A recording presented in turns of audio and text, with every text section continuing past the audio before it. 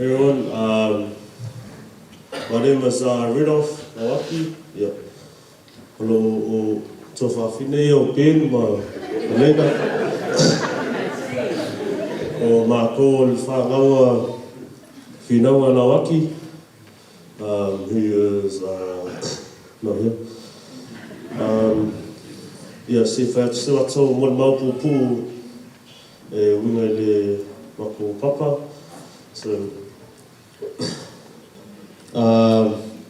So for me personally, I lived with Papa and Mama and Papa in Samoa for a little bit. Mama and Papa helped school me when I was in Marist in Apia. And so I'll just share some of the memories that I remember of Papa for myself. Number one, sa okingia oi Papa. You start to believe that you're dumb in your own head. So because ole tone, ole voice a koi, ma le volume, ole kusa tone and volume equals your fefe. But at the same time, I never doubted Papa's love for us. Another one is myself, Fafo and Sharon used to live with Mama and Papa in Samoa, and Papa would drop us off to school in the truck. So he'll drop Fafo and Sharon off to Peace Chapel first. He'll give them maybe $2, $5 for lunch. And then he'll drop me off last and he'll give me a $10 note. So that's how, it is what it is. But hey, I won't miss it,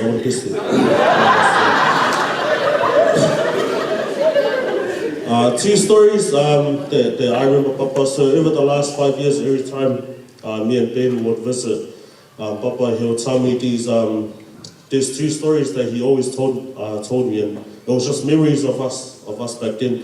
The first story was about when my parents put me on a bus from Salū to come to G-VAI. I think I may have been 6 or 7 years old. I don't know how many 6 or 7 years old can go on a bus by themselves nowadays, but back then it was normal. So he put me on a bus my parents put me on a bus to get a vai for my grandpa, for my mom's dad. And then Papa would always say, yeah, sawa nga oil basi, su'il vai o koe moli o Salū.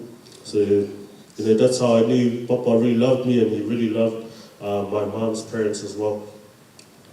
Number two is he built a carport and a driveway for our house in Salū because my dad bought a nice, expensive Simi truck, but there was nowhere to park the truck. So my house in Salū, it's on quite a steep hill. So Papa, so my dad must have went and said, oh, there's nowhere to park the car in Salū. So Papa, I think maybe close to the same day, he arrived in Salū with his truck with heaps of wood, and he built that carport there and a driveway up to our house for our car to park in. So Papa, those were the same two stories he would tell me. The story of when I got put on a bus to get the vai, and the story of when he built the driveway and the carport.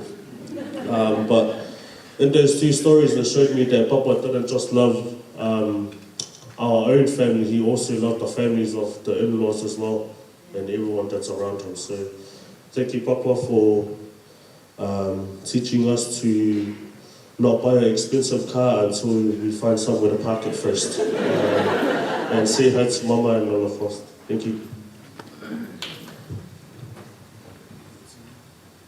Hey everyone, my name is Ben. I'm Rudolf's younger brother. I haven't really prepared anything like him, but just wanted to say how much we love you, Papa. Thanks for everything. A couple of memories for me personally was whenever me and Rudolf would go visit my grandpa, he always asked me when I'm going to graduate university. But sorry, Papa, I haven't finished. I've got a full-time job now, so yeah, just all the teachings that Papa and Mama passed down to us. We're really grateful, and your Your memories, Papa, will always bring happiness and joy in our hearts. Thank you.